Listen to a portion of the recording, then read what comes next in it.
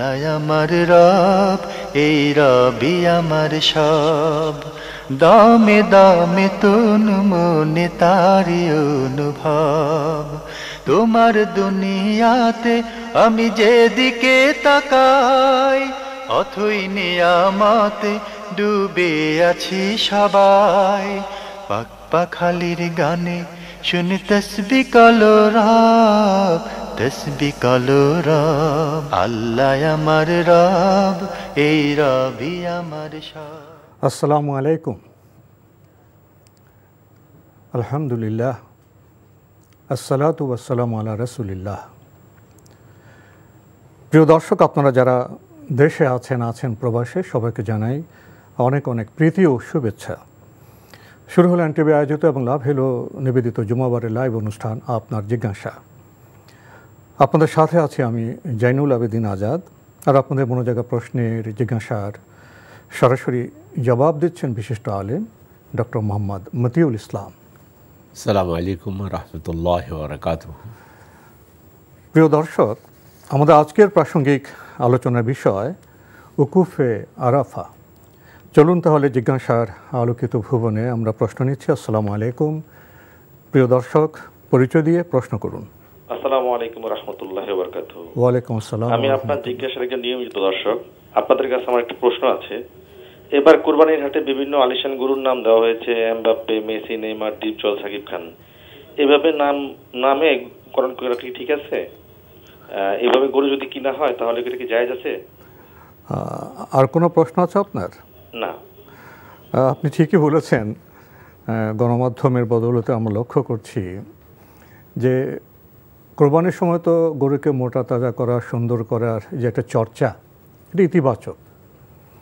কিন্তু সাম্প্রতিক সময় আমরা লক্ষ্য করছি যে ইতিবাচক বিষয়ে অনেক সময় আবেগের বশবর্তী হয়ে বা সচেতন না থাকায় অনেক সময় কালচারাল ফিউশন হয়ে যায়, মিশ্রণ হয়ে যায়।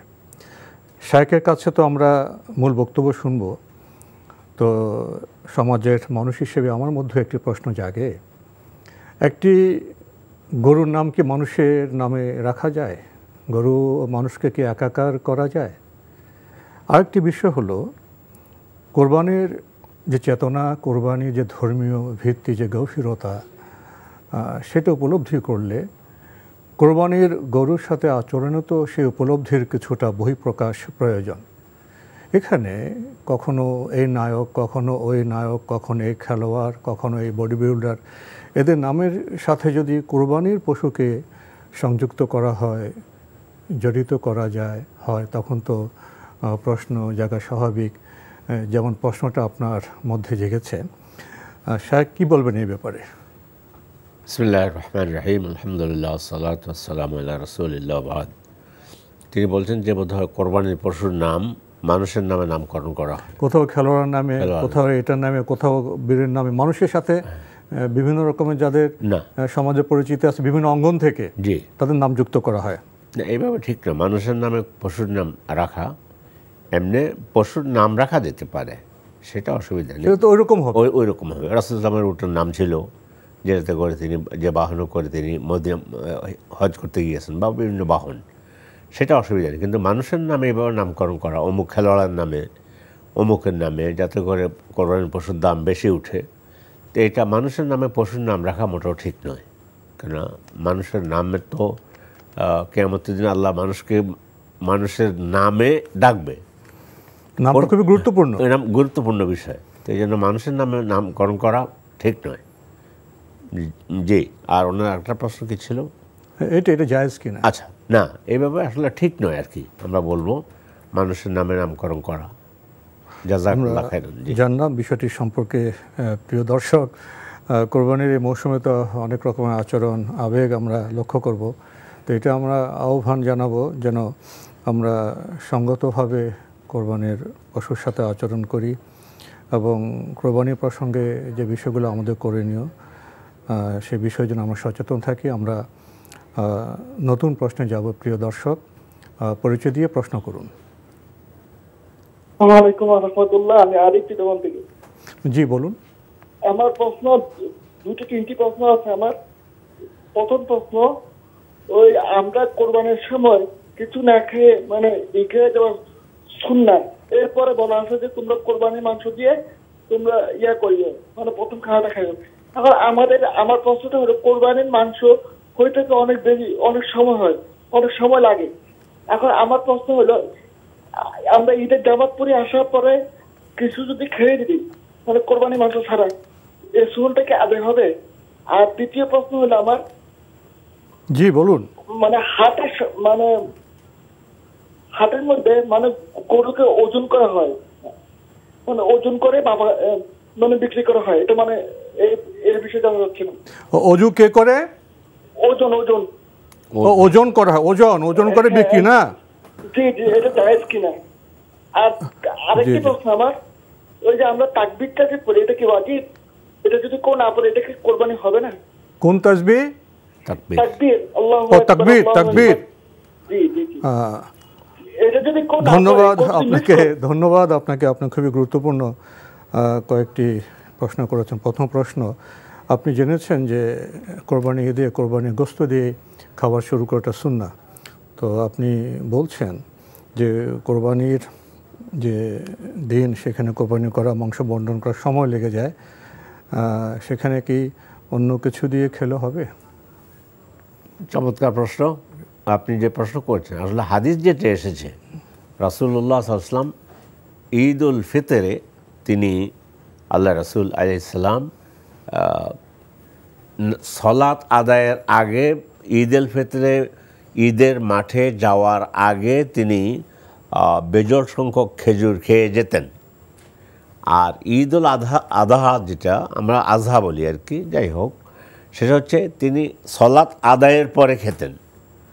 সেই দিক থেকে আপনার কোরবানির গরু বা কোরবানির পশুর গোশত তৈয়ার হবে 2টার সময়, আপনি সে পর্যন্ত আপনাকে অপেক্ষা করতে হবে, এর আগে কিছু খেতে পারবেন না। আসলে বিষয়টি এইভাবে নয়।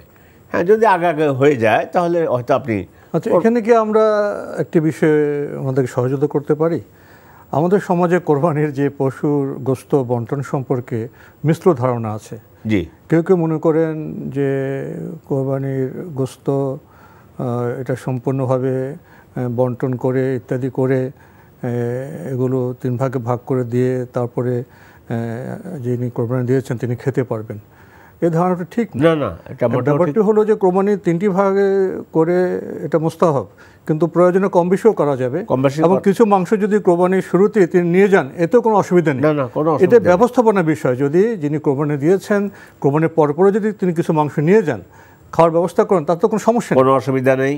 কিন্তু ভাইয়া যেটা বলেছেন, তিনি বলছেন যে ঈদের সালাত থেকে এসে, হাদিসটা এইভাবে, আল্লাহ রাসূল ঈদ উল ফিতরে ঈদের সালাতে যাওয়ার আগে খেজুর খেয়ে যেতেন বেজোড় সংখ্যক। আর ঈদ উল আযহাতে তিনি মানে ঈদের সালাত আদায়ের পরে তিনি কিছু খেতেন বা খেতেন। আর যদি সেটা আপনি কোরবানির গোশত দিয়ে তাড়াতাড়ি হয়তো অল্প সময়ের মধ্যে মানে পেয়ে গেলেন হাতে, আর সঞ্চালক যেটা বলেছেন, আমি এখন 5 কেজি নিয়ে আসলাম, পরবর্তীতে বন্টনের সময় সে 5 কেজি সহ ধরে কিন্তু একটু আগে নিয়ে আসলাম, তাতে কোনো অসুবিধা নেই।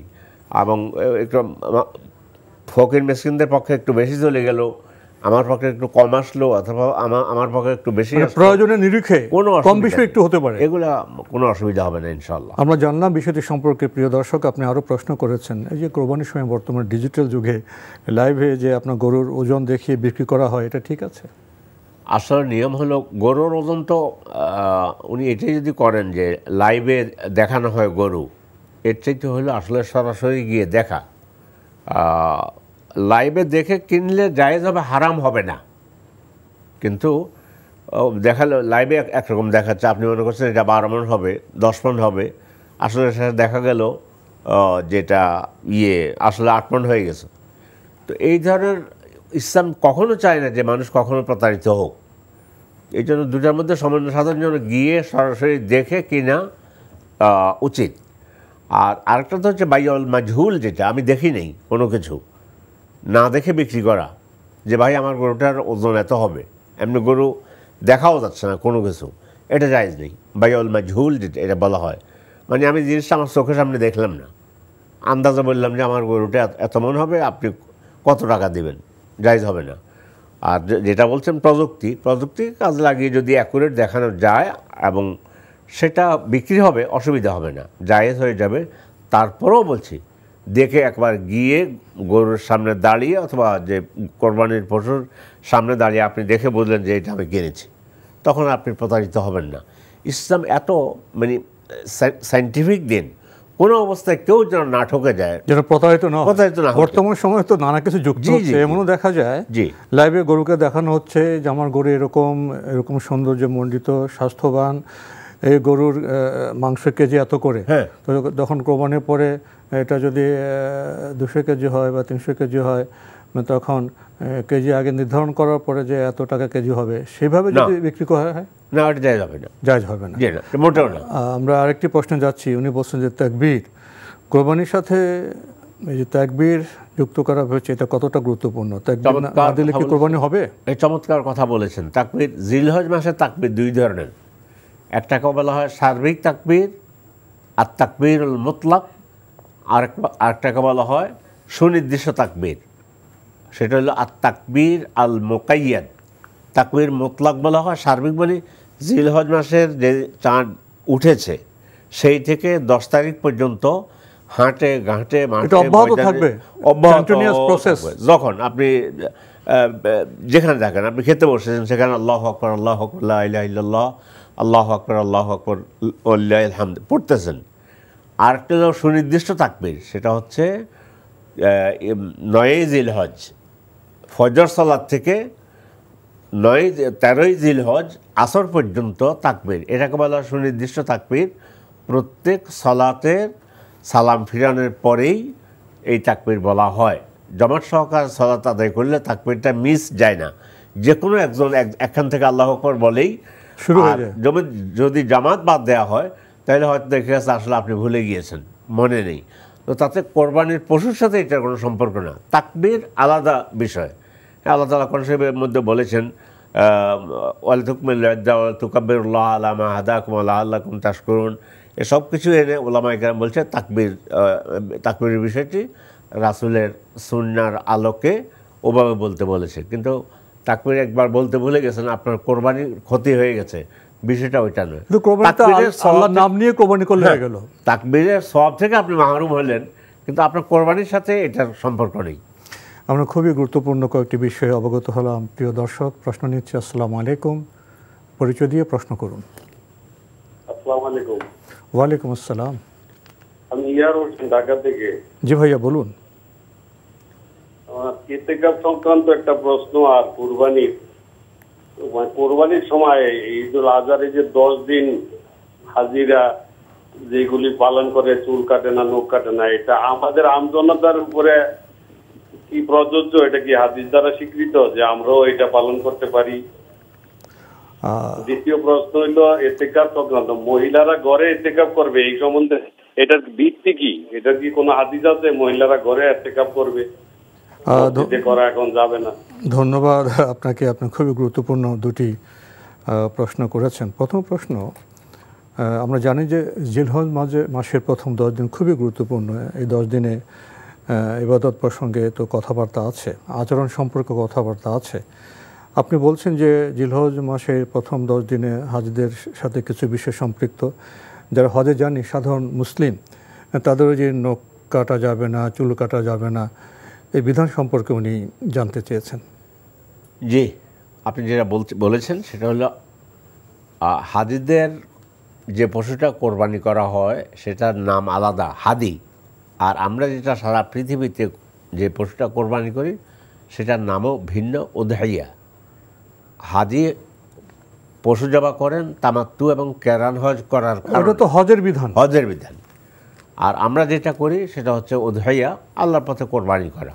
এখন হলো মূল কথা আপনার যে জিলহজ মাসের 10 দিন, চাঁদ জিলহজ মাসের ভিতরে প্রবেশ করা থেকে 10 তারিখ কোরবানির পশু জবাই হওয়া পর্যন্ত যার পক্ষ থেকে পশু কোরবানি করা হচ্ছে তিনি নখ, চুল, মোচ এগুলো কাটবেন না। সহিহ হাদিস, আল্লাহ রাসূল সাল্লাল্লাহু আলাইহি ওয়াসাল্লাম বলছেন যিনি কোরবানি দিবেন শুধু তার জন্য এটা তিনি প্রযোজ্য। পরিবার সবাই যার যার মতো করে এই 10 দিনের ভিতরে যখন ইচ্ছা তখন মোষ কাটতে পারবে, নখ কাটতে পারবে। এই বিধান তাদের জন্য প্রযোজ্য নয়, যদি যিনি শুধু কোরবানি দিবেন তার উপর প্রযোজ্য। তার উপর প্রযোজ্য, যিনি যার পক্ষ থেকে কোরবানি দেওয়া হচ্ছে, যিনি কোরবানি দিচ্ছেন আর কি, তিনি নখ মানে কাটবেন না, চুল কাটবেন না। তবে এটা নয় যে এটা ওয়াজিব বা ফরজ বা এটা করলে সম্পূর্ণ হারাম। আল্লাহ রাসূল এটা বলেছেন আমরা এটা করব না, যে যার পক্ষ থেকে কোরবানি দেওয়া হচ্ছে তিনি এই কাজগুলো করবেন না, করলে এটা সুন্নাহসম্মত। সুন্নাহসম্মত। জি। আরেকটি প্রশ্ন করেছেন ইতিকাফ প্রসঙ্গে। আসলে ইতিকাফ প্রসঙ্গে আমাদের সমাজে নানা রকম ধারণা। উনি বলছেন যে মহিলারা কি ঘরে ইতিকাফ করবেন, তারা কি মসজিদে যাবেন না, ইতিকাফ প্রসঙ্গে ওনার প্রশ্ন। জি, চমৎকার প্রশ্ন। ইতিকাফ সম্পর্কে আপনিও যে কথা বলছেন যে আমাদের সমাজে একটা আছে, সেটা হলো আহলে ইলমদের মধ্যে মানে কেউ কেউ এটা বলেছেন যে মহিলারা একান্ত নিজের ঘরে নিজের প্রকোষ্ঠে ওই রুমে ইতিকাফ করতে পারবে। এটা একটা মত আছে, থাকলেও আপনি যেহেতু বলছেন এটার কোনো দালিলিক কোনো প্রমাণ আছে কিনা, দালিলিক প্রমাণ হলো না, মহিলারাও ইতিকাফ করতে হলে মসজিদে ইতিকাফ করবে, মসজিদে সেই ব্যবস্থা করবে। আল্লাহ রাসূল ইতিকাফ করেছেন, তার সময় সেটাই হয়েছে। হ্যাঁ, ওইটাই হয়েছে। এবং মসজিদে মহিলাদের জন্য আলাদা একটা ব্যবস্থাপনা ছিল, চমৎকার ব্যবস্থাপনা ছিল। আয়েশা রাদিয়াল্লাহু তাআলার যেই ইয়ের মধ্যে টেন্ট বা তাঁবু বা ছোট যেটার ভিতরে থাকতেন সেটা আলাদা ছিল, অন্যজনের আলাদা ছিল, ব্যবস্থাপনা থাকতো। এগুলো ব্যবস্থা এবং আহলে ইলমদের মধ্যে সিংহভাগ বলেছে যে না, ইতিকাফ করলে মহিলা মসজিদে করতে হবে, ঘরে করার সম্পর্কে সে তেমন নির্ভরযোগ্য কোনো দলিল নেই। আহলে ইলমদের মধ্যে কারো কারো একটা মত এই ধরনের মত প্রকাশ করেছেন, কিন্তু নির্ভরযোগ্য মত হচ্ছে মহিলারা ইতিকাফ করলে ইতিকাফ করতে হবে মসজিদে। ইতিকাফের মূল লক্ষ্যটা কি? সংসার এবং সমাজ জীবন থেকে বিচ্ছিন্ন হয়ে যাওয়া। জি। এই জন্য মসজিদে নিজেকে আবদ্ধ করা। ঘরে যদি ইবাদত করে তাহলে তো ছোটরা বড় নানাভাবে ডাকবে, সংসার থেকে তো বিচ্ছিন্ন হতে পারলে। ওইটাই বলছি, ওটা দালিলিক ভিত্তি বলতে অত মজবুত কোনো ভিত্তি নেই। আহলে ইলমদের মধ্যে একটা মত আছে, এটুকু বলে দিলাম। জি, আমরা জানলাম বিষয়টি সম্পর্কে। প্রিয় দর্শক, প্রশ্ন নিচ্ছে। আসসালামু আলাইকুম, পরিচয় দিয়ে প্রশ্ন করুন। ওয়ালাইকুম আসসালাম, আমি ঝিনাইদহ থেকে নূরজাহান বলছি। জি বলুন। আমার প্রশ্ন হচ্ছে যে আমরা যে বলি আমাদের রিজিকে বরকত, তাই রিজিকে বরকতটা আমি কিভাবে বুঝবো?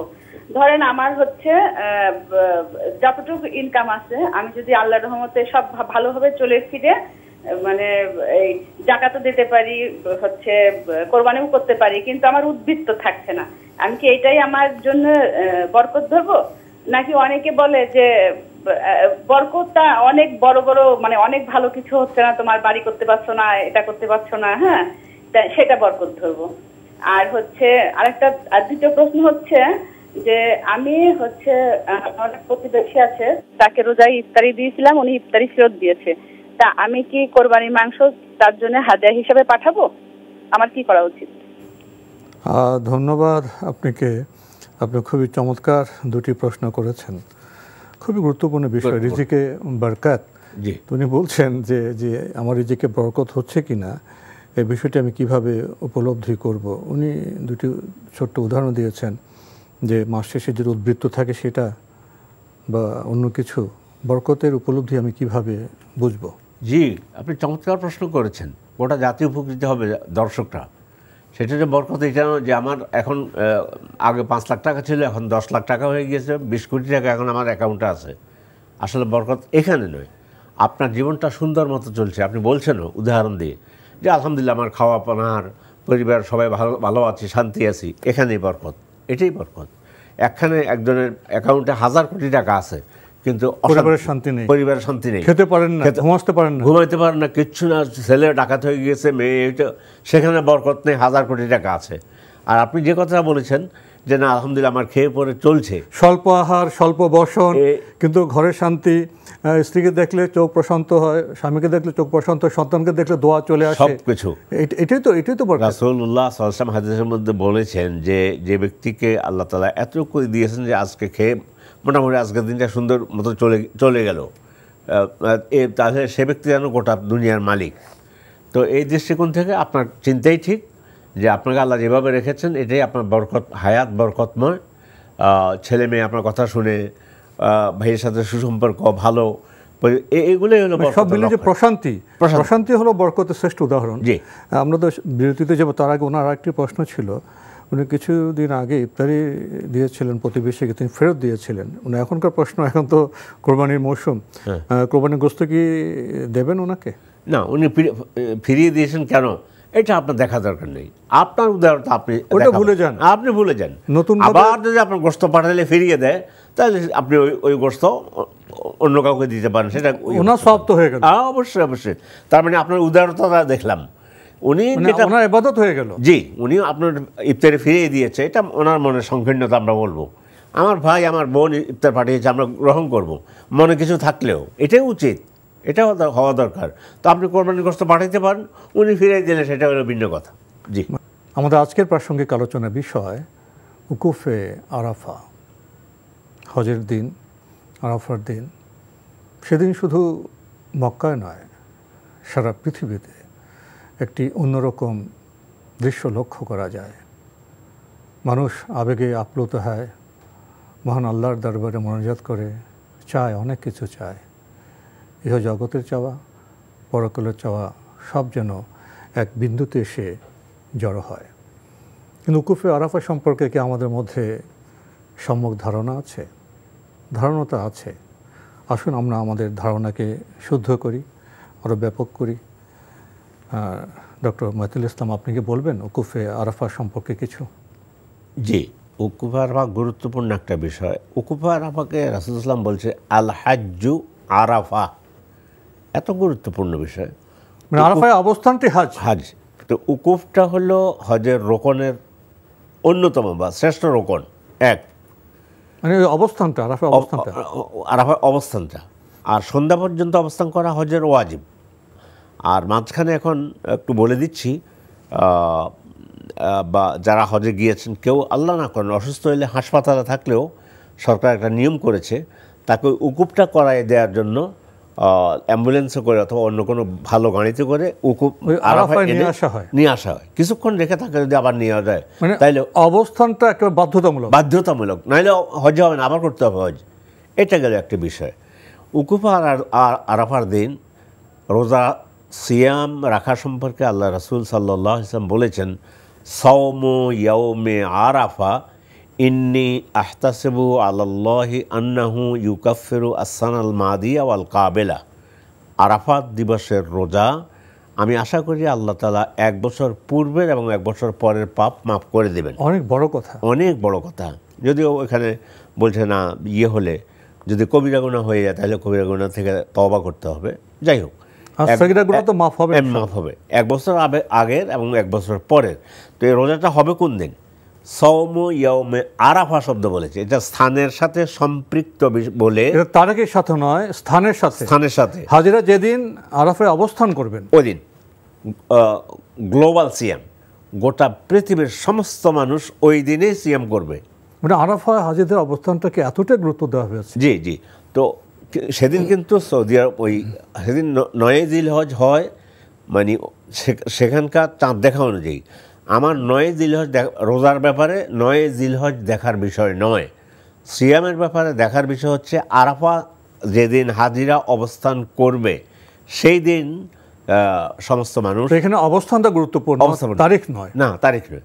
কিন্তু তা পরবর্তীতে পরের দিন তো সৌদি আরবে ইয়ামুন নাহার হবে, কোরবানি দেব, সেটা নয়। তা আমাদের কোরবানিটা হবে চাঁদের সাথে সম্পৃক্ত হয়ে। আমরা 10ই জিলহজ কোরবানি হয়, সেই হিসাবে আমরা আমাদের যেদিন চাঁদ দেখেছি সেই হিসাবে 10 তারিখে আমরা কোরবানি করব।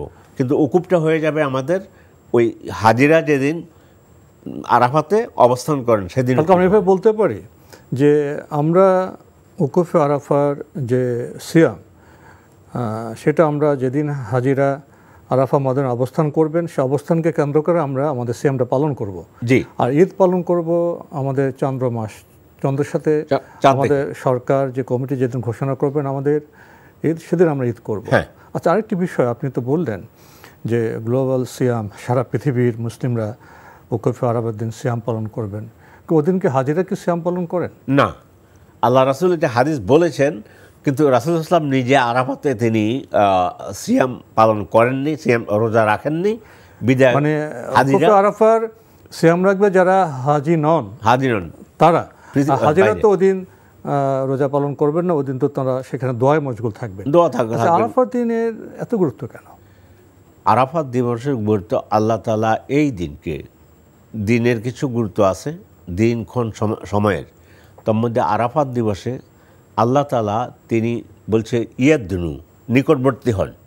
এখন কীভাবে হন সেটা আল্লাহর জন্য যেভাবে প্রযোজ্য সেভাবে হয়ে তিনি ফেরেশতাদেরকে মানে ইয়াতাবাহা বিহিমুল মালাইকা, তিনি ফেরেশতাদের নিকট তার বান্দাদেরকে নিয়ে আল্লাহ তাআলা তিনি গর্ব করে বলেন, মা আরাদা হাউলা, এরা এত এভাবে মানে কেশ টেশ তো তার মলিন চেহারা সব কিছু মিলিয়ে এসে আমার কাছে কি চায়, কিন্তু অবিন্যস্ত অবস্থা, তারা কাঁদছে, আমার কাছে চাচ্ছে, কি চায় তারা? তখন তো ফেরেশতারা বলবে আল্লাহ এই চায়, এই চায়, অন্য একটা বর্ণনা এসেছে আর কি। তো এই দিন যত মানুষকে আল্লাহ তাআলা ক্ষমা করেন, সারা বছরের মধ্যে আর অন্য কোনো দিন নেই যেই দিনে এত বেশি মানুষকে আল্লাহ তাআলা ক্ষমা করেন। ক্ষমার দিন, ক্ষমার দিন। প্রসঙ্গত আরেকটি বিষয় আপনার কাছে জানতে চাইব। আমরা তো লক্ষ্য করেছি যখন আমরা হজে গিয়েছি উকুফ আরাফার দিন, সেখানে সাধারণত মনে করে অনেক নফল নামাজ পড়ো, সেখানে আমাদের স্কলাররা বলেছেন আজকের দিনে নফল নামাজের সাথে গুরুত্বপূর্ণ হলো আল্লাহর কাছে মোনাজাত করা। জি, এর তাৎপর্য কি? আসলে নফল সালাত সম্পর্কে আসেনি, হাদিসে যেটা এসেছে সর্বপ্রথম হলো তো আরাফায় উকুফ হলো জোহর এবং আসর সালাত একাত্রে, জোহরের সময় আজান দেওয়ার পরে আজান দিয়ে সালাত আদায় করবে।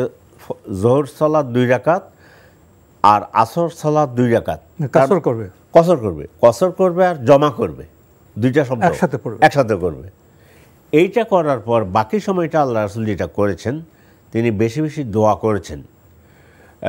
আল্লাহ রাসূল বলেছেন হাদিসের মধ্যে, আফদালু মা কুলতু আনা ওয়ান নাবিয়্যুনা লা ইলাহা ইল্লাল্লাহ ও আফদালু দুআউ ইয়াউমি আরাফা। সবচেয়ে মানে কথা, সবচেয়ে শ্রেষ্ঠ কথা পৃথিবীতে যে যত কথাই বলেন, লা ইলাহা ইল্লাল্লাহ হলো সবচেয়ে উত্তম কথা। আর সবচেয়ে উত্তম দোয়ার দিন হচ্ছে আরাফাত। আরাফার দিনের ইবাদতের যে মূল বিষয়টা, ফরজ ইবাদত তো অন্য বিষয় বলার অপেক্ষা রাখে না, সেদিন দোয়াটাই হলো মুখ্য বিষয়। আমরা যারা হজের বাইরে আছি আমরাও সেদিন দোয়াটাকে বেশি গুরুত্ব দিতে পারি, আলহামদুলিল্লাহ। আমরা প্রশ্নে যাব এখন। প্রিয় দর্শক, আমরা প্রশ্ন নিচ্ছি। আসসালামু আলাইকুম, পরিচয় দিয়ে প্রশ্ন করুন।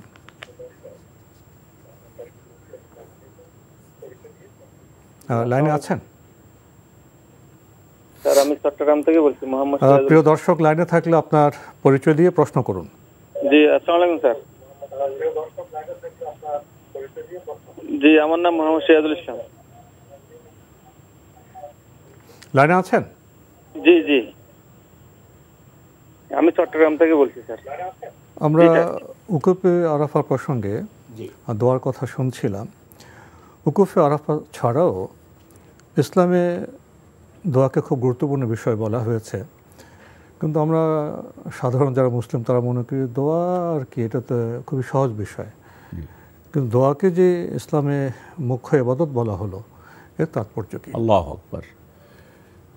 হাদিসের মধ্যে শব্দটা যেটা এসেছে, আর দোয়া হুয়াল ইবাদা, দোয়াটাই হলো ইবাদত। তো এই জন্য আল্লাহ এত বেশি খুশি হন, আল্লাহর কাছে চাইলে আল্লাহ খুশি হন, মানুষের কাছে নিকট চাইলে মানুষ রাগ করে। আর আল্লাহ এত বেশি খুশি হন আল্লাহর কাছে চাইলে। এখন প্রশ্ন, আমি তো চাইলাম আমাকে দিল না, সেটা ভিন্ন বিষয়। আপনি দিল না, আমি যে বললাম আমি কি বুঝতে পেরেছি আসলে কি দিল না, এটা কোন প্রকারে দিল, কোন সুরতে দিল? হ্যাঁ, কোন সুরত যেটা বলেছি না, অপেক্ষা রাখলো। হ্যাঁ, সেটা 3টা বিষয়। একটা হলো 2-3টা বিষয় এখানে জড়িত। একটা হলো আমি যেটা চেয়েছি সেটাই আমাকে দিয়েছে। ইব্রাহিম সাল্লাম কথার কথা সন্তানের জন্য দোয়া করেছেন, আল্লাহ সন্তান দিয়েছেন, ইসমাইল ইসলামকে দিয়েছেন, ইসহাক দিয়েছেন। আরেকটা হলো আমি দোয়া করলাম সন্তানের জন্য, আল্লাহ আমাকে সন্তান দিল না, হয়তো বা এর কারণে আল্লাহ তাআলা আমার জান্নাতের পথটা সুগম করে দিলেন, তাইলে আমাকে আরও বড় কিছু দিচ্ছেন, আমি অনুধাবন করতে পারতেছি না। অথবা অংশ আমরা যেটা চাচ্ছি হ্যাঁ, সেটা কল্যাণ, আমার অকল্যাণ আছে। হ্যাঁ, তো এই জন্য অকল্যাণ আছে, থাকতে পারে, এই জন্য দোয়া করতেই থাকবো। দোয়ার ফল অনেক সময় ভবিষ্যতের জন্য রেখে দেওয়া হয়, ভবিষ্যতের জন্য, আমরা আখিরাতের জন্য রেখে দেওয়া। একটি প্রশ্নে যাচ্ছে। আসসালামু আলাইকুম, প্রিয় দর্শক, আপনার পরিচয় দিয়ে প্রশ্ন করুন। হুজুর আমি গিয়াসউদ্দিন বলছি। লাইনে আছেন? হুজুর আমি গিয়াসউদ্দিন বলছি। লাইনে আছেন? জি জি লাইনে আছি। হুজুর আমার কথা শোনা যাচ্ছে? হুজুর লাইনে থাকলে কোনো যান্ত্রিক গোলযোগ হচ্ছে? এখানে তো বন্ধ করে দিয়েছে। যান্ত্রিক কারণে কি আমরা আপনাকে শুনতে পাচ্ছি না? না হুজুর আপনার কথা আমি শুনতে পাচ্ছি, আমার কথা আপনি কি লাইনে আছেন? জি লাইনে আছি। তো প্রশ্ন করুন। আমি বলছিলাম যে আমরা তো আপনার প্রশ্ন পাচ্ছি না। হুজুর আমি কি, আপনি কি প্রশ্ন করছেন? শুনতে পাচ্ছেন? জি হুজুর অনেকে কোরবানির চামড়া কালেকশন করার জন্য জান্নাত পানির দড়ি বিক্রি করে দেয়। বলে কি, যারা সারা বছর আল্লাহ রসুলের সঙ্গে সম্পর্ক নাই, তারা যখন একটা কোরবানির চামড়া মাদ্রাসায় দেয়, সঙ্গে সঙ্গে জান্নাতের গ্যারান্টি দিয়ে দেয়। হ্যাঁ, এটা কি ঠিক হচ্ছে? এটা কি সঠিক ব্যাখ্যা না অপব্যাখ্যা? কিন্তু আমার কথা কি শুনতে পেরেছেন?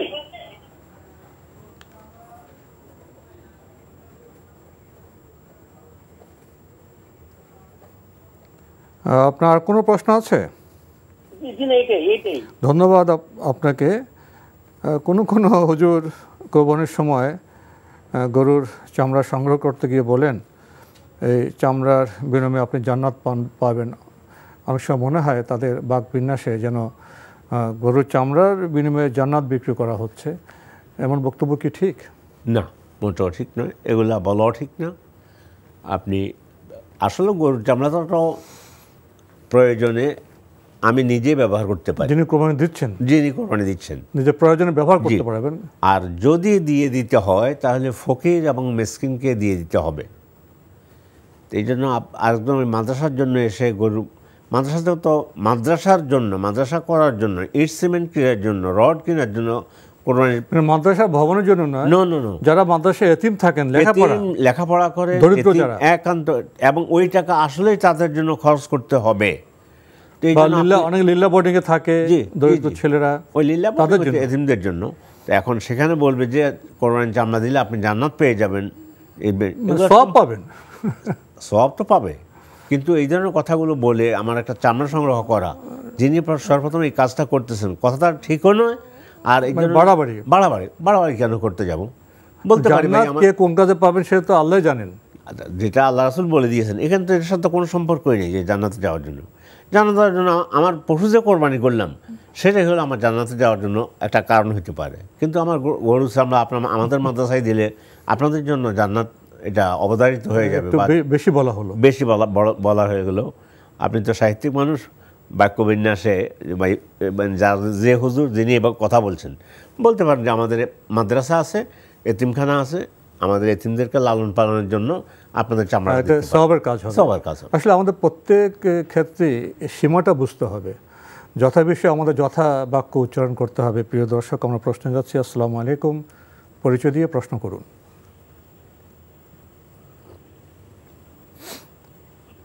আসসালামু আলাইকুম ওয়া রাহমাতুল্লাহ। ওয়ালাইকুম আসসালাম ওয়া রাহমাতুল্লাহ। আপনার পরিচয় দিয়ে প্রশ্ন করুন।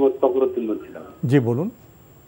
আমার প্রশ্ন হলো, জোহরের নামাজ টাইম হয় 12টা 1 বা 2 মিনিটে, আযান দেওয়া হয় এই 1:01টা। আমরা সাধারণত আযান দিলেই মনে করি যে টাইম হয়েছে নামাজের, কিন্তু এর ভিতরে যদি কোনো মানুষ অকস্মাৎ মৃত্যু ঘটে তাহলে এই নামাজটা তো সে আদায় করতে পারবে। এর জন্য দায়ী কি? আর কোনো প্রশ্ন আছে? এটাই আমার জানার ইচ্ছা। ধন্যবাদ। আপনার প্রশ্নে নির্যাস হলো যে আজানটা কি যথাসময়ে দেওয়া হচ্ছে।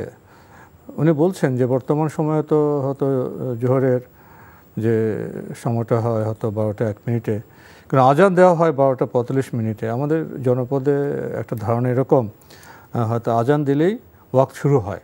তো উনি এটা প্রশ্ন রেখেছেন যে কেউ যদি এর মধ্যে মৃত্যুবরণ করে যায় তিনি যদি মনে করেন যে 12:45 পরেই আমাকে সালাত আদায় করতে হবে, অথচ সালাতের সময় হয়ে গেছে 12:01, এই জন্য দায়ী কে? না, এই জন্য দুই তিনটা বিষয়।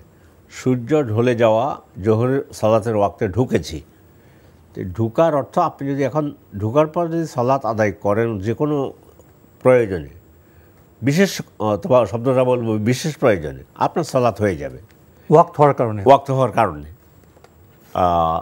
ইন্না সালাতা কানাত আলাল মুমিনিনা কিতাব মাওকুতা, সুনির্দিষ্ট টাইমের মধ্যে সালাত আদায় করতে হবে। তবে জামাতে সালাত আদায় করার জন্য একবারে ঢলে যাওয়ার সাথে সাথেই আজান দিতে হবে বিষয়টি এমন না। ওয়াক্তের উচ্চারণ একটা জামাতের আয়োজন। তো জামাতের আয়োজন যদি আজান একটু দেরিতেই হয়, 10 মিনিট, 20 মিনিট, 15 মিনিট, 40 মিনিট, সেটা হলো ভিন্ন কথা। আপনি জামাত, সেই হিসাবে আপনি যদি আপনার সুযোগ থাকে জামাতে সালাত আদায় করবেন, আজান দিবে, জামাতে সালাত আদায় করবেন। কেউ যদি মরে যায় সেটার জন্য ওই দায়িত্ব ইনশাল্লাহ তাকে বহন করতে হবে না। কেননা রাসূল সাল্লাল্লাহু আলাইহি ওয়াসাল্লামকে জিবরিল এসে 2 ওয়াক্তে সালাত আদায় করেছেন, প্রথম ওয়াক্তে এবং শেষ ওয়াক্তে। এখন আপনি স্বাভাবিকভাবে আমাদের যখন আজান দেওয়া হয় তখন আজানের পর আপনি গিয়ে জমাত সহকারে সালাত আদায় করবেন, এটাই হলো মোদ্দা কথা।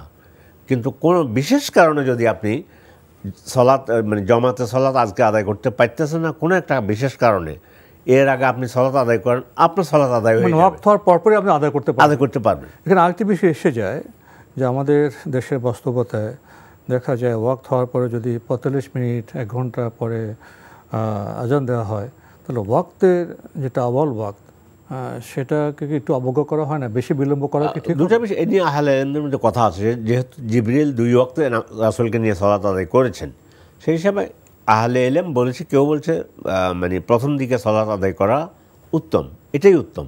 এবং আজান তো প্রথম দিকে দেওয়া, হ্যাঁ আজান প্রথম দিকে, কিন্তু এটা নয় যে সূর্য ডলে গিয়েছে, আজানের জোহরের ভিতরে ঢুকেছি, 12:01, 12:02 আজান দিতে হবে, বিষয়টা এভাবে নয়। 12:10 মিনিটে আজান দিতে পারে, এটা অর্থ নয় যে 12:45 বা 1টায় আজান দেবো, অনেক বিলম্ব হয়ে যায়। বেশি বিলম্ব না করে মানে কাছাকাছি সময়ে আজান দেওয়া উচিত, এটাই ঠিক, মানে ওয়াক্তকে গুরুত্ব দেওয়া। জি জি। আমরা জানলাম বিষয়টি সম্পর্কে। প্রিয় দর্শক, প্রশ্ন নিচ্ছে। আসসালামু আলাইকুম, পরিচয় দিয়ে প্রশ্ন করুন। লাইনে আছেন? ওয়ালাইকুম আসসালাম ওয়া রাহমাতুল্লাহি ওয়া বারাকাতুহু। জি, আপনার পরিচয় দিয়ে প্রশ্ন করুন। আপনি কি লাইনে আছেন? সংযোগে বোধহয় কিছুটা সমস্যা হচ্ছে। প্রিয় দর্শক, আপনি কি লাইনে আছেন?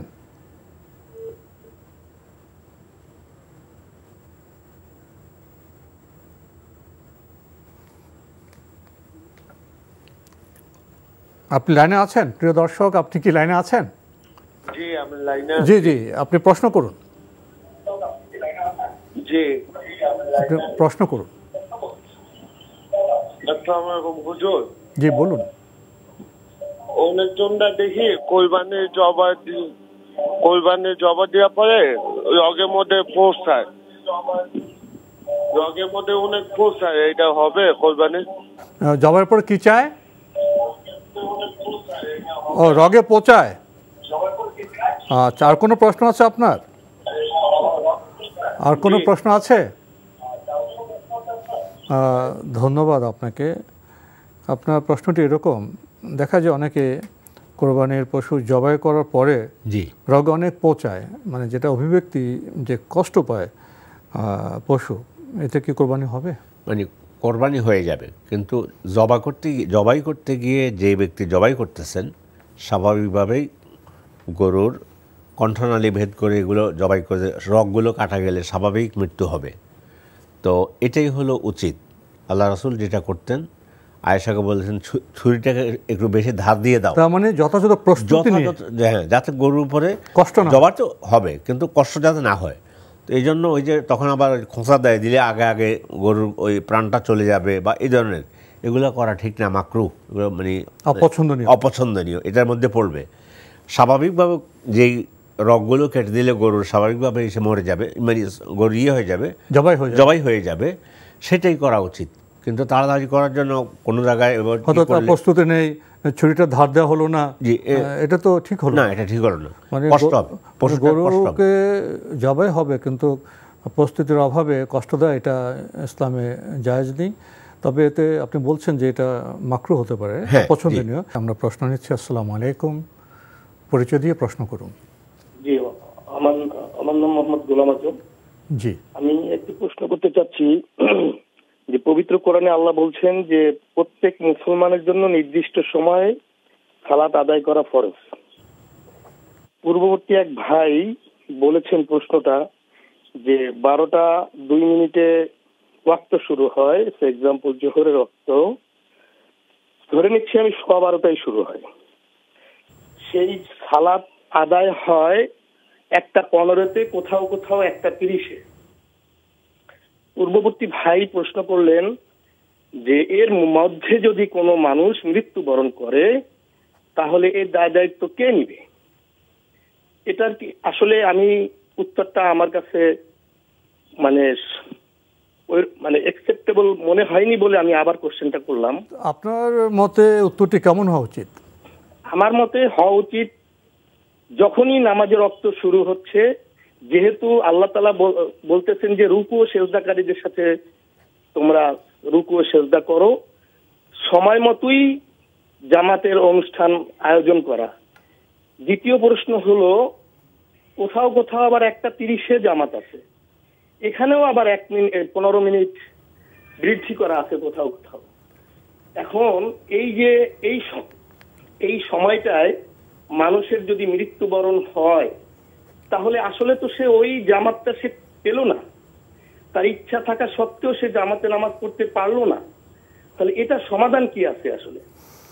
ধন্যবাদ আপনাকে, আপনি প্রশ্ন করেছেন আপনার বিবেচনায়। আপনি যেমন আমাদের শাইখের বক্তব্য শুনেছেন, আমিও শুনেছি, তিনি তো সুন্দর সমন্বয় করেছেন। একটা হলো জামাতের ওয়াক্ত, তিনি স্পষ্ট করে বলেছেন যে কেউ যদি কোনো কারণে জামাতে সে ওয়াক্তে শরিক না হতে পারেন, বিশেষ প্রয়োজনে, তিনি ওয়াক্ত হওয়ার পরপরই সালাত আদায় করতে পারেন। আরেকটি বিষয় হলো জামাতের একটা আয়োজন আছে, আজান দিতে হয়, সময় দিতে হয়, মানুষ কাছে থেকে আসে, দূরে থেকে আসে, সালাত আদায় করা, এখানে একটি ব্যবস্থাপনার বিষয় আছে। সে ব্যবস্থাপনার সুযোগ দেওয়ার জন্যই মানুষের নামাজীদের দূরত্ব বিবেচনায় বৃদ্ধ ব্যক্তি আছেন, যুবক আছেন, একটু সময় দিতে হয় বৃদ্ধদের প্রস্তুতি নিতে। আমরা যে জনপদের সব মানুষের সুবিধা অসুবিধা সীমাবদ্ধতা যদি আমরা বিবেচনায় আনি তাহলে আমাদের মধ্যম পন্থায় যেতে হবে। ইসলামের মূল দর্শনটা হলো মধ্যপথে চলো। অযথা আমি বিলম্ব করলাম, বেশি বিলম্ব করলাম জামাতের সময় নির্ধারণে, সেটা তো সঙ্গত না, সে কথা আমাদের শায়েখ বলেননি। আর মৃত্যুর বিষয়টা যদি দিয়ে মাসালার সমাধান ইসলামের যারা ফাকিহ তারা এটাকে সঙ্গত মনে করেন না। যদি যদি যদি এগুলো আপেক্ষিক বিষয়, বিতর্ক করা যায় এইসব নিয়ে। যার মধ্যে সালাত আদায়ের ইচ্ছা আছে, প্রস্তুতি আছে, তিনি যদি মসজিদে যাওয়ার পথে ইন্তেকাল করেন দায়ী হবেন সেটা নয়, দায়ীর সাথে নিয়তের সংযোগ আছে। একটা হলো বিতর্কের জন্য প্রশ্ন তোলা, একটা হলো ইসলামের যে দর্শন বিধিবিধান মধ্যপন্থা সবাইকে নিয়ে তো জামাতের আয়োজন করা হবে, এই বিবেচনা আনা। এদিক থেকে আমার তো মনে হয়েছে শায়েখের প্রশ্নে সব ধরনের বিষয়েরই সমাধান ছিল, জবাব ছিল। আমি প্রাথমিক ভূমিকায় কিছু কথা বললাম, শায়েখ ডক্টর মতিউল ইসলাম আপনি কি বলবেন? না, ঠিক আছে, আমি তো বলছি, আমি আয়াতগুলো পড়েছি, ইন্না সালাতা কানাত আলাল মুমিনিনা কিতাবাম মাওকুতা। তো নামাজের একটা সুনির্দিষ্ট সময় আছে। নামাজ এইটা নয় যে 12:01 সময় ঢুকে গেলেই সময় শুরু আছে, শেষ আছে এবং মধ্যম অবস্থা আছে। মধ্যম, এবং তো আমি হাদিসটা তো বলেছি, জিবরিল আলাইহিস সালাতু ওয়াস সালাম, সহিহ বুখারী মুসলিমের হাদিস, রাসূল সাল্লাল্লাহু আলাইহি ওয়াসাল্লামকে নিয়ে 2বার জামাত সালাত আদায় করেছেন, একটা শেষ ওয়াক্তে, একটা প্রথম ওয়াক্তে। ফলে এটা আল্লাহর মেহেরবানি আমাদের জন্য। এখন আমি আবারও বলছি যে সালাতের আপনি যেটা বলেছেন মসজিদে যেতেছে এই সময় মারা গেল, আমি সৌদি আরব আমাদের নিয়ত দিয়ে আল্লাহ বিবেচনা করে। সৌদি আরব কথার কথা, সৌদি আরব আমাদের দলিল নয়, বাইতুল্লাহ আমাদের দলিল নয়, কিন্তু সেখানেও তো আজান দেওয়ার পরে একটা টাইম দেয়, মানুষ সময় দেওয়া হয়, মানুষের আসতে হবে মসজিদ। বৃদ্ধ ব্যক্তি আছেন, অসুস্থ ব্যক্তি আছেন, সবই তো যুবক না, কিছুটা সময় দেওয়া। এই ফাঁকে যদি কেউ মারা যায় সে তো আল্লাহর কাছে জবাবদিহি করতে হবে না, মানে আমাদের মধ্যম পন্থাতেই যাওয়া উচিত। কিন্তু আপনি চমৎকার একটা শব্দ উচ্চারণ করেছেন, গাফিলতি করে। আমি পড়তেছি না, জামাতের সময় চলে গেছে, এটা এভাবে আমি পড়ে আছি, কে ও নামাজ, ওটাকে প্রশ্ন দেওয়া যাবে না, সেটা প্রশ্ন দেওয়া যাবে না। জি ভাই, ধন্যবাদ আপনাকে। ধন্যবাদ আপনাকে। আমরা নতুন প্রশ্নে যাচ্ছি। আসসালামু আলাইকুম, পরিচয় দিয়ে প্রশ্ন করুন। যে আমরা আপনাকে শুনতে পাচ্ছি, আপনার পরিচয় দিয়ে প্রশ্ন করুন। ভাই সাহেব, আমি আপনাদের টিভি চ্যানেল, জি প্রশ্ন করুন। আপনাদের টিভি চ্যানেল আমি বহু বছর যাবত দেখি, যখন আপনি ছিলেন, আবুল কালাম আজাদ সাহেব ছিলেন, এবং রেগুলার আমি ক্লাস হিসেবে দেখি প্রত্যেক শুক্রবারে। আপনাদেরকে দেখি, সব ভালো লাগে আলহামদুলিল্লাহ। সাইফুল্লাহ সাহেব নাই, সাইফুল্লাহ সাহেবের সাথে আমার পরিচয় আছে। জি, আপনার প্রশ্নটি করুন।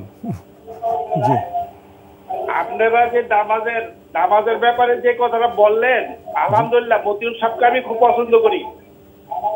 জি জি বলুন, আপনার প্রশ্নটি করুন। কিন্তু আমি জানি, বা আমার যে আমি আজ 27 বছর যাবত এইভাবে গবেষণা করি, আপনাদের দেখি। মক্কাতে আজকেই দেখবেন জুম্মার নামাজটা আমাদের দেশে 12টায় ওয়াক্ত আজকাল,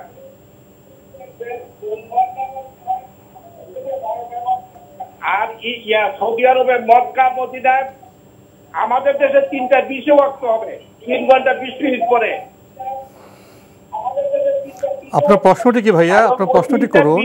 3:20 আগে আধা ঘন্টাকে একটা আজান দেওয়া ওয়াক্তের আগে। আমি বলতেছি, শোনেন একটু কাইন্ডলি প্লিজ। ওর আধা ঘন্টা আগে আজান দিবে ওয়াক্তের, আর ওয়াক্ত হইলে 3:20 আজান দিবে এবং ইমাম খুতবা শুরু করবে।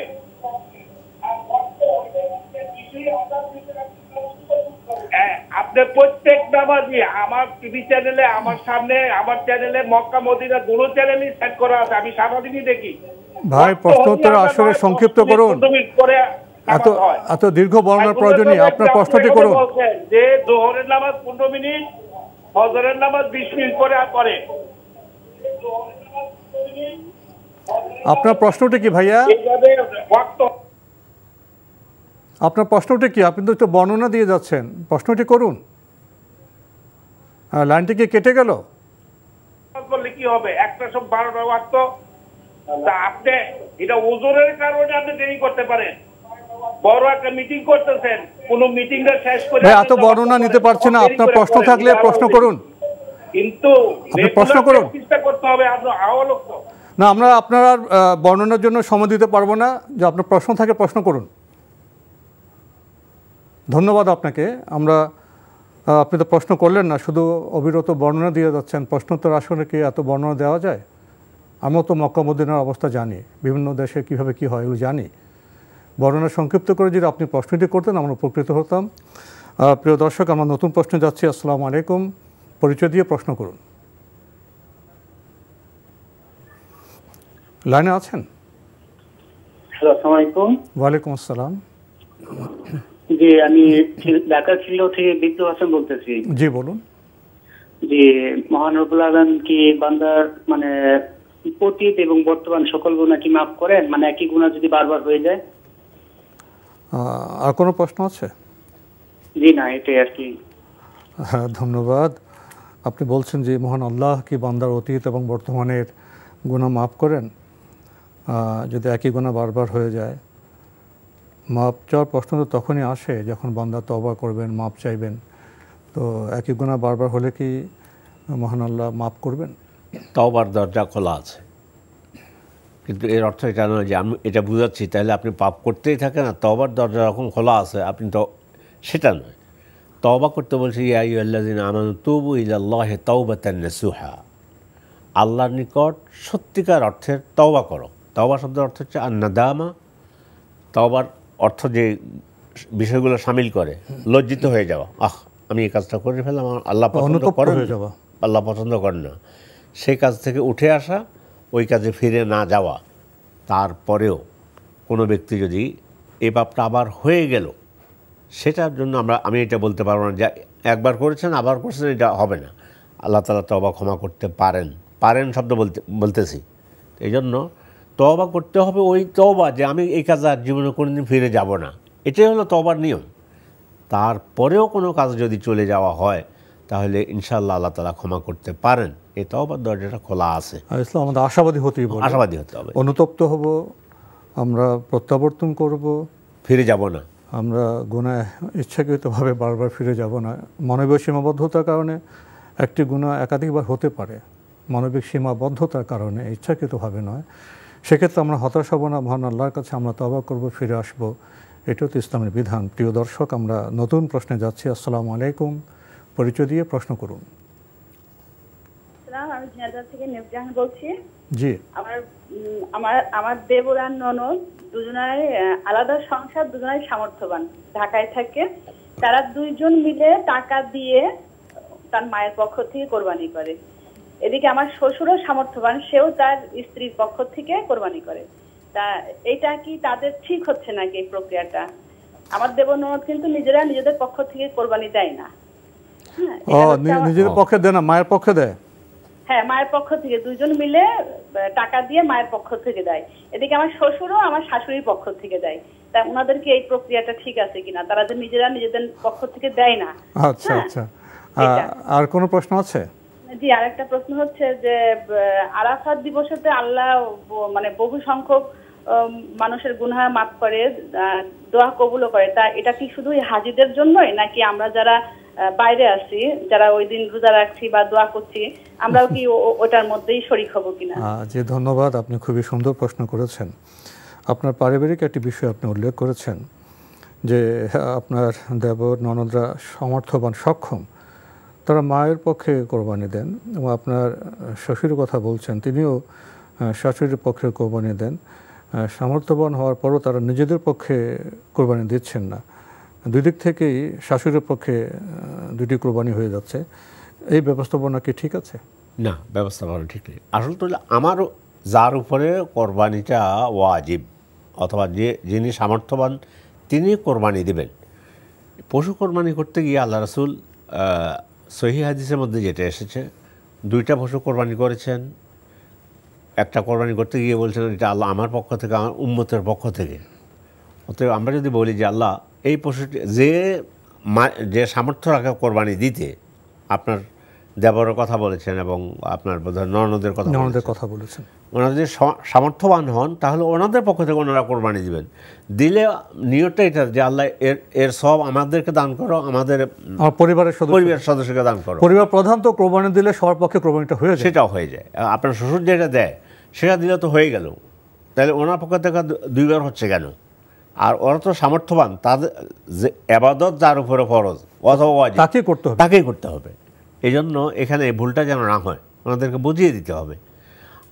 তো এই জন্য প্রথমে নিজের পক্ষে করে, তবে অতিরিক্ত অন্যদের পক্ষেও করতে পারে, সেটা করতে পারে। আবার সেখানে মাসালা ভিন্ন, সেটা হচ্ছে যদি মৃত মা মরে গিয়ে থাকেন তাহলে মৃত ব্যক্তির জন্য কোরবানি দেওয়া জায়েজ আছে কিনা এ সম্পর্কে আহলে ইলম বলেছে। যদি মৃত ব্যক্তি মৃত্যুর আগে ওসিয়ত করে যায় যে আমার জন্য একটা মানে পশু কোরবানি দিও এবার, অথবা দুইবার অথবা তিনবার, যাই হোক, তাহলে ওসিয়ত করে গেলে সেটা করা যাবে। কিন্তু ওসিয়ত ছাড়া এমনি মৃত ব্যক্তির নামে কোরবানি করার কোনো দলিল কোরআন সুন্নাতে নেই। মতপার্থক্য আছে। জি, আরেকটি প্রশ্ন উনি করেছেন, আরাফা দিবসে ক্ষমার দিন, গুনাহ মাফের দিন উনি জেনেছেন। এই গুনাহ মাফকে যারা আরাফার ময়দানে অবস্থান করছেন, উকুফে আরাফে আছেন, তাদের জন্য, না আরাফা ময়দানের বাইরে আমরা যারা অন্য দেশে আছি, অন্য জনপদে আছি, তাদের জন্য সেদিন গুনাহ মাফের বার্তা আছে? দুইটা বার্তাই আছে। আরাফাতের জন্য খাস, আবার গোটা পৃথিবীর আমাদের জন্য ইনশাআল্লাহ আল্লাহ তাআলা আমাদের ক্ষমা করতে পারেন। সিয়াম পালন করছি, মুনাজাত করছি, দোয়া করছি। সেটা হচ্ছে এই একটা হলো সুনির্দিষ্ট আরাফাতের হাজিদেরকে লক্ষ্য করে বলবেন যে আল্লাহ মানে ফেরেশতাদেরকে বলবে এরা কি চায় আমার বান্দারা, তাহলে এটা হলো ইয়ের জন্য, উকুফে আরাফার জন্য। আবার বলছে যে তিনি আল্লাহ তাআলা এই দিনে যত লোককে ক্ষমা করেন সেই ক্ষমার ভিতরে আমরা আসতে পারি ইনশাআল্লাহ, যদি আমরাও আমাদেরকে সেভাবে আল্লাহর অনুগত করে নিতে পারি। আমরা আরাফা দিবসে স্মরণ করলাম, সিয়াম পালন করলাম। জি জি। তো আমরাও যুক্ত, প্রিয় দর্শক, আমরাও আশাবাদী হতে পারি। আমরা নতুন প্রশ্নে যাচ্ছি। আসসালামু আলাইকুম, পরিচয় দিয়ে প্রশ্ন করুন। লাইনে আছেন?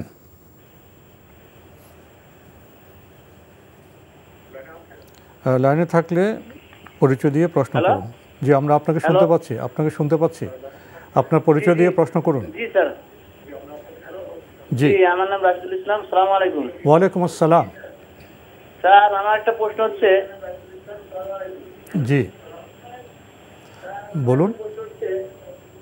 স্যার হচ্ছে আমার হুজুর, আমার সমস্যা কি, আমার মনে করেন যে আমি কুরবানি করব, ঠিক আছে, কিন্তু আমার বাবার নামে কুরবানি করবো, কিন্তু আমার বাবার আগিদা দেওয়া হয় নাই।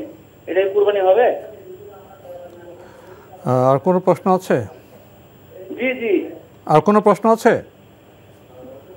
আর প্রশ্ন হচ্ছে, মনে করেন যে এই যে জিলাত মাসের মানে 10 দিনের, হ্যাঁ, মানে যার নামে কুরবানি দিব এই তার কি শুধু একমাত্র চুল কাটা এবং নখ কাটা এটা হচ্ছে নিষেধ, না সেই পরিবারের সবার নিষেধ, সবার জন্য নিষেধ? এটা এই দুটা প্রশ্ন আমার হুজুর। ধন্যবাদ আপনাকে। আমরা একেবারে শেষের দিকে, আপনি তো প্রশ্নে অনেক জটিলতা সৃষ্টি করে ফেলেছেন। প্রথমে করছেন বাবার নামে কোরবানি, বাবার নামে কি কোরবানি হয়? কোরবানি তো আল্লাহর নামে হয়। আবার প্রশ্ন যোগ করেছেন যে আকিকা দেওয়া হয়নি, বাবার পক্ষে কি কোরবানি দেওয়া যাবে? আর জিরোর মাঝে যে কোরবানি, সেখানে বলা হয়েছে, আপনি জেনেছেন যে যারা কোরবানি দেবেন তারা চুল নখ কাটতে পারবেন না, অন্যরাও কি কাটতে পারবেন না পরিবারের? দুটি প্রশ্ন। পরেরটা দিয়ে শুরু করি, ওটা তো স্পষ্ট শব্দই বলে দিয়েছে শেষের দিকে একবারে। হ্যাঁ, শেষের দিকে। কারণ যার পক্ষ থেকে কোরবানি দেওয়া হবে শুধু তিনি, পরিবারের সকল ইনক্লুড নয় এর ভিতরে। এটা গেল প্রথম। দ্বিতীয় প্রশ্নের উত্তর। আর প্রথম যেটা আপনি করেছেন যে আকিকা, বাবা আকিকা হয়নি, এখন তার নামে কোরবানি দেওয়া যাবে না, আকিকা হয়নি তার নামে কোরবানি দেওয়া যাবে না। দুটার সাথে তো কোনো সম্পর্ক নেই। আপনি আপনার কোরবানি দিলেন, আপনার বাবা জীবিত আছে, আপনার বাবার নামও যদি আপনি বাবার পক্ষ হবে, কোরবানি তো আল্লাহর নামে হবে। হ্যাঁ, কোরবানি আল্লাহর নামে হবে, বাবার পক্ষ থেকে। এখানে আকিকার প্রশ্ন আসবেই না। না, এটা আকিকার সাথে কোনো সম্পর্ক নেই। জি, আমরা জানলাম বিষয়টি সম্পর্কে। প্রিয় দর্শক, সময়ের কারণে আমরা আজকে প্রশ্ন নিতে পারছি না, তবে আপনাদের অবগতির জন্য জানাতে পারি আপনার জিজ্ঞাসা অনুষ্ঠানটি সপ্তাহে রবি, সোম, মঙ্গল, বুধ এই 4 দিন বিকেল 5:30টায় সম্প্রচার হয়ে থাকে। ওইসব অনুষ্ঠানে আপনাদের মনে জায়গা প্রশ্ন চিঠির মাধ্যমে, ইমেলের মাধ্যমে পাঠাতে পারেন আমাদের ঠিকানা। পরিচালক আপনার জিজ্ঞাসা, এনটিভি, বিএসএসি ভবন, 7ম তলা, 102 কাজী নজরুল ইসলাম অ্যাভিনিউ, কারওয়ান বাজার, ঢাকা 1215। ইমেল অ্যাড্রেস আপনার জিজ্ঞাসা @ntbbd.com। এছাড়া এনটিভি অনলাইনেও আপনারা আমাদের অনুষ্ঠান দেখতে পারবেন, ভিজিট করুন www.ntbbd.com। ইউটিউবে এবং আমাদের ভেরিফাইড ফেসবুক পেজে অনুষ্ঠান দেখতে পারবেন। প্রিয় দর্শক, সবশেষে রয়েছে গ্রন্থ পরিচিতি। আমাদের আজকের গ্রন্থের নাম ব্যক্তি ও পরিবার গঠনে ইসলাম। গুরুত্বপূর্ণ এই গ্রন্থটি লিখেছেন ডক্টর আবুল কালাম আজাদ বাশার।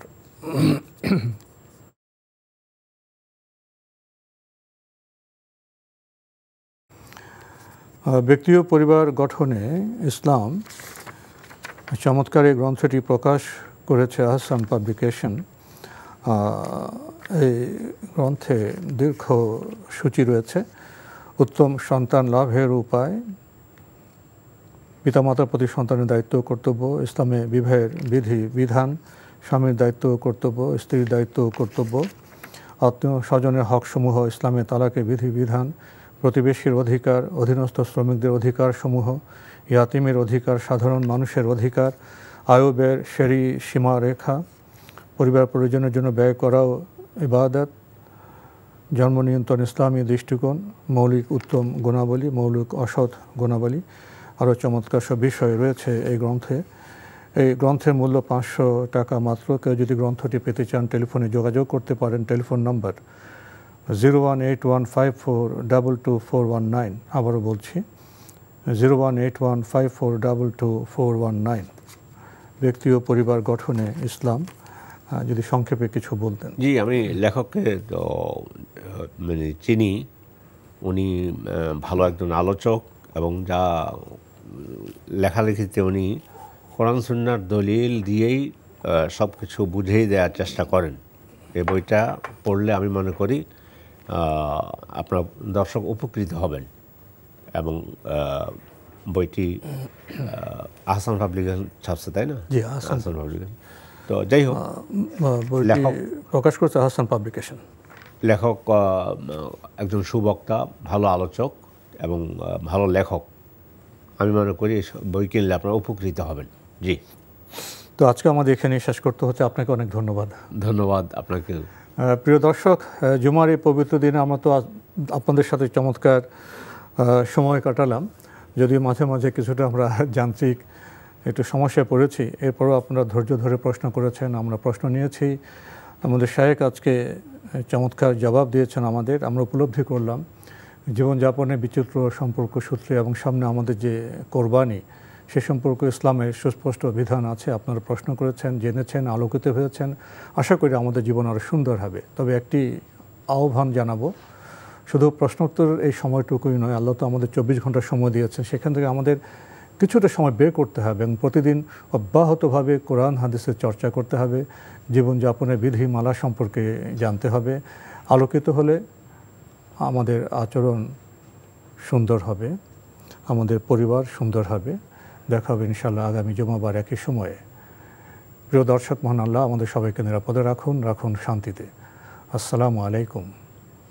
আল্লাহ আমার রব, এই রবি আমার সব, দামে দামে তুন মনে তারি অনুভব। আল্লাহ আমার রব, এই রবি আমার সব।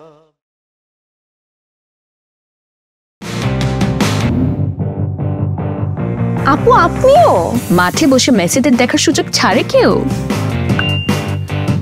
দেখা হবে মাঠে। পেমেন্টের উন্মাদনা এখন বিকাশে। সর্বোচ্চ পেমেন্টে পেয়ে যান ভ্রমণ খরচ সহ আর্জেন্টিনার ম্যাচ টিকিট, সাথে ক্যাশব্যাক আর ডিসকাউন্ট কুপন।